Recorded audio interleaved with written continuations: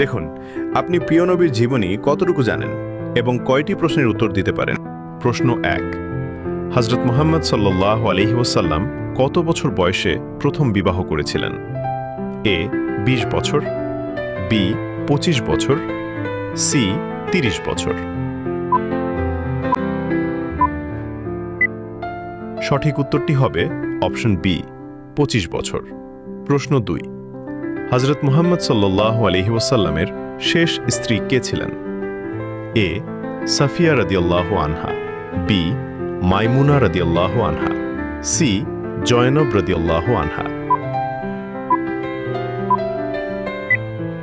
সঠিক উত্তরটি হবে অপশন বি মাইমুনা রাদিয়াল্লাহু আনহা। প্রশ্ন 3, হযরত মুহাম্মদ সাল্লাল্লাহু আলাইহি ওয়াসাল্লাম মদিনায় কত বছর অবস্থান করেছিলেন?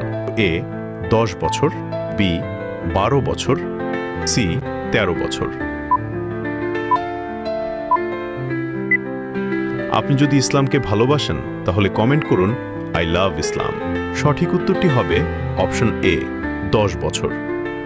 প্রশ্ন 4, হযরত মুহাম্মদ সাল্লাল্লাহু আলাইহি ওয়াসাল্লামের মোট কতজন সন্তান ছিল?